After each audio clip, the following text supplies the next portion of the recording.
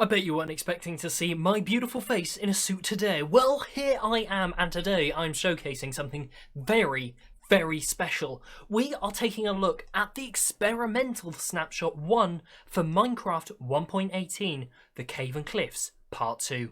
As you can see, I am admiring over our snow-capped peaks here, and they are absolutely beautiful. Yes, we have mountain biomes in the game. So what is this snapshot all about? What is new? What is changed? And what do we have to look forward to? Well, let's jump in and find out what's in this snapshot. So what is this snapshot? We've never heard of an experimental snapshot before. Well, this is a new type of snapshotting that is going to be done prior to the actual snapshotting of this version of the game. Now, this experimental snapshot brings in tons of world generation changes. Minecraft will never look the same again. So to get hold of this experimental version of the game, you must download this and manually put it into your version file. For more information, check out the changelog, which is linked down below. Now, obviously, this is an experimental snapshot in the game, meaning, yes, as you will see, it's a little bit stuttery and performance isn't one of the key issues in this. These will all be touched upon in future snapshots of the game, and I mean, look at this stunning generation. So this snapshot brings in the changes that we saw in the 1.18 data pack that is no longer being updated. That is now scrapped, and we are now using these experimental snapshots. So this means we have the increased height and depth limit, we have the brand new caves underground that we have previously seen in the previous data packs. So underground, this also means we have our cheese caves, spaghetti caves, noodle caves, and also our carver caves, which are originally from pre-1.17. So what else is actually new in this snapshot? Well, let me show you. Here we are in a dripstone cave. These previously were not able to generate, and this is an actual dripstone cave. As we can see, we have stalactites from the ceilings and stalagmites on the floor with these big dripstone clusters, sometimes forming pillars between the ceiling and the floor in these large cheese caves. Previously, aquifers and local water levels weren't officially introduced in their full way. They now are, and this also applies to lava aquifers, which we're going to see in just a minute.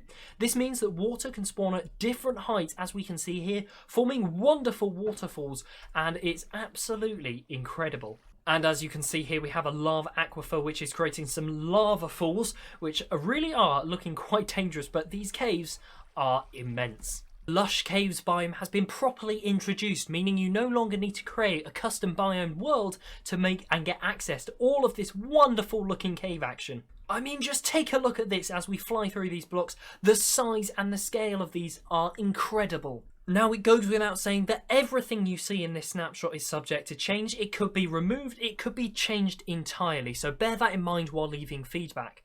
The devs are always looking for feedback on this, so make sure to head over to the feedback site to give them all of that support and feedback for everything that's been added so far. They're not looking for ideas on new features just yet. Please also bear in mind that the bug tracker will not be used to report bugs for the experimental snapshots. That will come into play when the official snapshots start releasing, which will probably be around September time. It has also been confirmed that the Deep Dark is a biome, and that has not yet been introduced into these snapshots, so we are yet to see what that looks like and what that includes. And obviously this update isn't all about the new caves, it is also the cliffs update as well. So here we are taking a look at the snow-capped peaks. There are 5 types of mountain biomes being added, and they look absolutely incredible. So this is our first one here, the snow-capped peaks.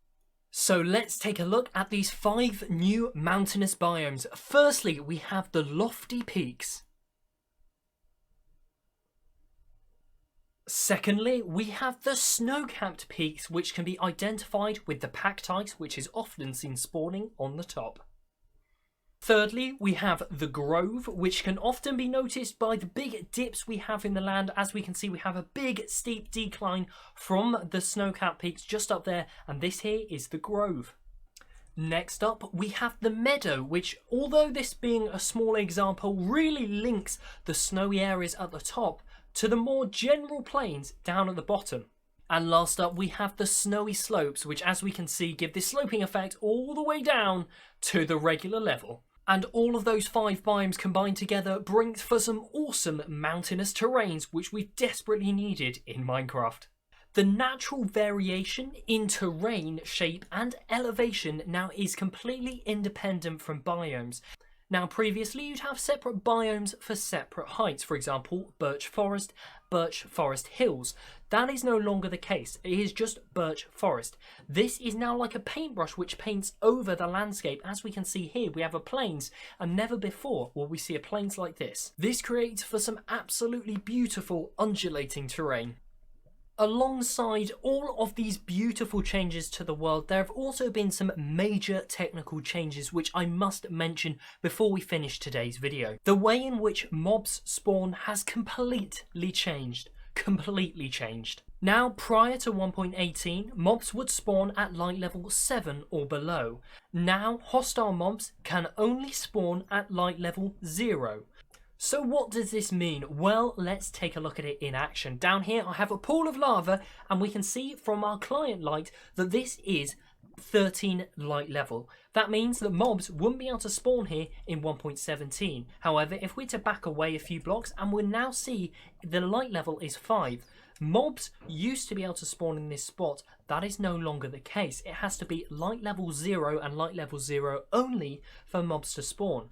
The main reason behind this is that caves like this would be impossible to try and spawn proof, and really difficult to spawn proof if all the light level had to be above 7. Now of course this may change, so be sure to leave your feedback on the feedback tracker, as Mojang would really appreciate any feedback on this change. Now obviously, alongside all the changes that I have mentioned in today's video, there have also been a significant number of other changes.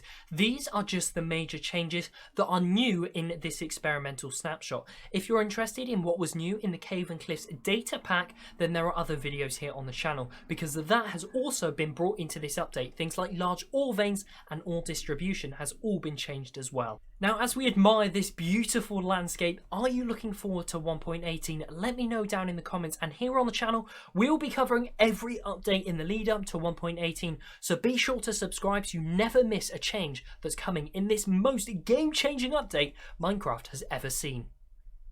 And if you're wondering why I'm in a suit, well, be sure to check out my next episode of Amathercraft, which will be releasing tomorrow. But that is all the time I have for today's video, so be sure to leave a like, subscribe if you're new around here, and I will see you in the next one. Goodbye.